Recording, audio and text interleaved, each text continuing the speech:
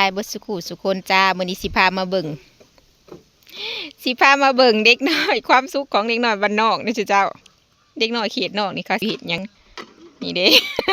นี่เห็นแบบนี้ก็ขีดเห็นตอนเจ้าของยังน้อยหลีมาเพื่อนพูดนะอีหยังนี่อันนี้ขายเครื่องขายของนี่คือความของเขาอันนี้ก็เข้าจีดอกเพราะว่าเคยผ่านชุดว้าย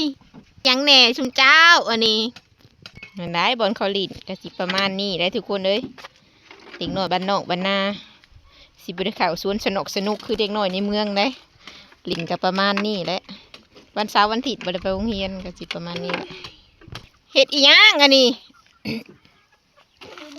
เห็ดปืนยิงปลาเห็ดเป็นอยู่บ่ได้กินอยู่บ่ปูปลาฮะอยู่บ้านนอกบ้านนากะสิประมาณนี้แหละทุกคน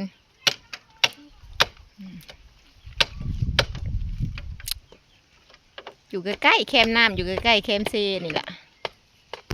อันนี้คือบรรยากาศอยู่สวนมื้อนี้บ่ไปโรงเรียนกะลินของเฮือนน้อยเนาะชินเจ้าเนาะฮะโอ้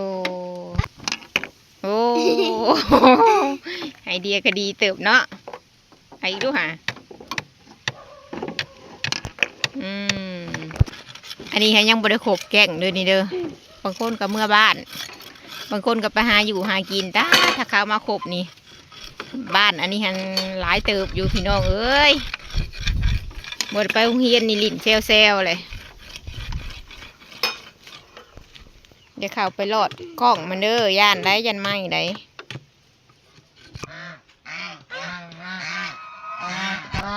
อยู่บ้านขอกระสิบประมาณนี้แหล้วทุกคนอันอยู่ใกล้ๆตัวนะฮะก็จะเป็นภูเขาภูกระสิบส้มพอมาได้ดอกช่วงนี้มันก็อากาศมันเริ่มแรงทุกคนจนไฟไม่ไปแห้งเลยนี่บ้านเฮือนประมาณนี้อันนี้ก็เป็นเฮือนของคอยกระสิอยู่ใกล้ๆแม่น้ำแบบนี้แล้วทุกคนขอกเป็ดของห่านสภาพเพื่อนซานกระสิเป็นสำนี่แหละทุกคนเลยกระสิอยู่กินแบบนี้แหละบ้านนี้เป็นบ้านนั้นเป็นบ้านของพนักงานบ้านทหารนะเพื่อนหาก็ย้ายขึ้นมาอยู่ประมาณปี2014-15อะไรย้ายขึ้นมาอยู่ปีนะปกติเพื่อนก็อยู่ในเมืองเพื่อนอยู่เขตสวรรค์เมื่อไรนี่เด้เพื่อนคอยกับเซกับใกล้ๆกันอย่างไรแต่ย่ามน้ำขึ้นนี่โอ้เป็นตะย่านขนาดเลยพี่น้องเอ้ยคอยสิเอาคลิปลงดูอยู่ดอกค่ะยามน้ำมาน้ำก็สิขึ้นมาพี่เลยสูงๆบางเถื่อก็ขึ้นหอดคันไดเฮือนผู้ใดน้ำก็ได้นี่ก็คือสวนพักน้ำบุกก็จะเป็นประมาณนี้แหละมันสิเป็นตาดหินเป็นพลานหินถ้ายามหนาวนี่ก็หนาวสุดๆเดี๋ยวพี่น้องเฮือนใกล้หินเฮือนใกล้ไม่น้ำนี่นะเพราะหินเนี่ยมันเย็นก็เย็นไอรีโลถ้ายามฮ้อนก็อีกอย่างหนึ่งนะหินมันเกิดความร้อนมาเลยอายฮ้อนถ้าฮ้อนก็ฮ้อนจัดถ้าหนาวก็หนาวจัดอยู่เขตนี้นะอันนี้ก็สิเป็นแม่น้ำอยู่แถวแคมเฮือนนี่แหละใส่ปลูกเพาะปลูกผักแล้วก็ใส่นี่ใส่ทุกๆอย่างนะทุกคนเลยฝากนำก็สิเป็นค่ายทหารมันก็สิเป็นโรงเรียนของทหารโรงเรียนนายซิบโรงเรียนนายซิบแล้วก็โรงเรียนแบบพนักงานมาอบรมนะอันเป็นโรงเรียนการทหารท้องถิ่นแขวงสวรรณเขตอยู่ทางไหนพูดละเพื่อนก่อยกับค่ายนี่ก็สีคนละฝากเซฝากน้ำอยู่เขตนี่ก็ยังดีแต่ว่ามีน้ำไว้ใส่มีแบบว่าไว้ใส่ย้ำโลกย้ำแรงนะปลูกผักปลูกหญ้านี่ก็สบายทางนั้นก็เป็นโซนผักของทหารนี่ทางนั้นก็เป็นหอผักหนังเฮียนหอผักพนักงานอยู่นำกันประมาณอันนี้ก็รีวิวคร่าวๆพี่น้องที่จริงหันชุ่มข่อยกับโบเมนโค่นเขตนี่แล้วค่ะแต่ว่าขึ้นมาอยู่น้ำเพิ่นนะครอบครัวมาเป็นพนักงานในนี่แหละก็ขึ้นมาอยู่น้ำอันมาอยู่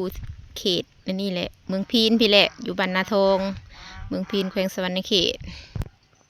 บอนอยู่บอนอาศัยที่แท้จริงเหม็นคนจีขึ้นมาแต่เขตทั้งสวรรค์ทั้งเซโนไปเลยพนักงานอยู่เขตนี่นะ เพิ่นแบบว่าเพิ่นอพยพค่ายขึ้นมาอยู่นี่ก็เลยย้ายกันขึ้นมาเป็นครอบครัวมาอยู่ในนี่อันนี้ก็คือห่านของคอยช่วงนี้เงียบพี่น้องเอ้ยเพราะวันเสาร์วันอาทิตย์นางเฮียนเพิ่นสิกลับบ้านหั่นนี่กลับบ้านวันเสาร์วันอาทิตย์มื้ออื่นผักของเฮียนแล้วเพิ่นก็สิเมื่อตอนแรกๆมื้อนี้ก็เริ่มมาเพราะว่าช่วงนี้มีพนักงานมาเฮียน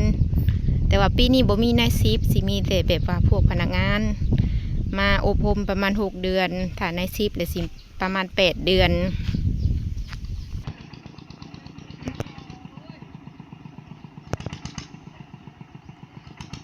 อยู่เขตบ้านนี่เพิ่นสิมักใช้แต่รถไถเด้อทุกคนเพราะว่าจะใช้รถไถ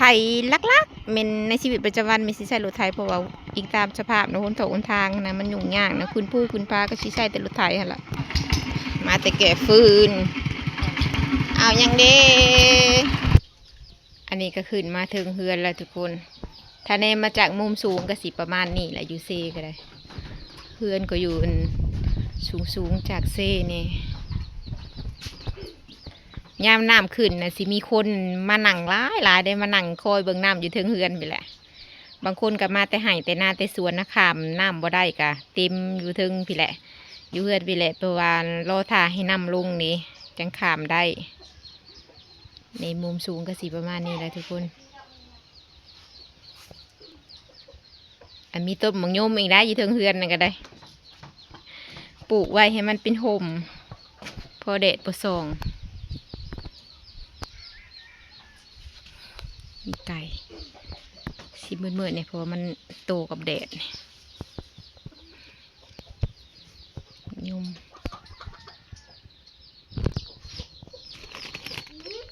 อยู่เฮือนมันนี่ก็ทอดขนมพอมีลูกค้าสั่งขนมเขาสิไปขายตามงานดองมื้อแรกนี่สิมีงานดองอยู่บ้านนี่งานดองเขตนี่สิต่างกันกับงานดองเขตอื่นนะทุกคนงานดองนี่สิมีการขบงานแล้วก็มีการขายเครื่องแบบคล้ายๆแบบบุญนะบุญกับดองนี่แยกบ่อยากออกเลยเพราะมันสิคล้ายๆคือกันที่มีคนไปขายเครื่องมันสิต่างกับเขตแบบว่าเขตในเมืองว่าทีนะถุง10,000ทุกคนว่าถึกหรือแพงเขาเก็บเห็ดเองถ้ามีคนสั่งก็ทอดให้เขาแล้วก็สิมีแบบว่าทอดขายอยู่ห้านแน่แต่ละมื้อก็สิประมาณนี้แหละทุกคนปลาโซนเขตนี้เขาหมักไปหาแบบว่าไปหาฟืนไปหาไม้มาเผาถ่านแบบว่าไว้ดังเห็นไหมบางคนก็แก่ลักหัวส่วนใหญ่แล้วเขตนี้เขาสิใช้รถไถเพื่อเป็นพาหนะนะลากแก่ยังขนยังทุกสิ่งทุกอย่างสิใช้แต่รถไถนี่คันนี้ก็เริ่มมาอีกละแก่ไม่แก่ฟืนยามนี่เขาแล้วน้ำก็สิหาฟืนไว้ดัง